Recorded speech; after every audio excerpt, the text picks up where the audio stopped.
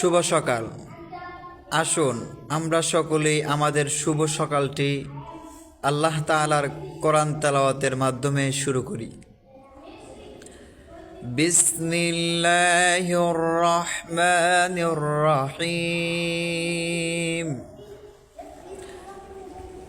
আলহামদুলিল্লাহি রাব্বিল আলামিন।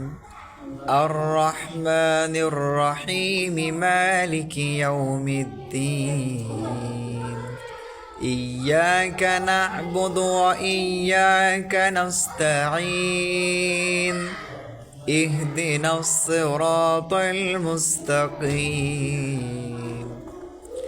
صراط الذين أنعمت عليهم غير المغضوب عليهم ولا الضالين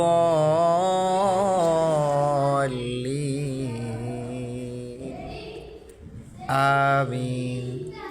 আপনিও পড়ুন, কোরআন তেলাওয়াতটি অন্য ভাইকেও পড়ার জন্য শেয়ার করে দিন।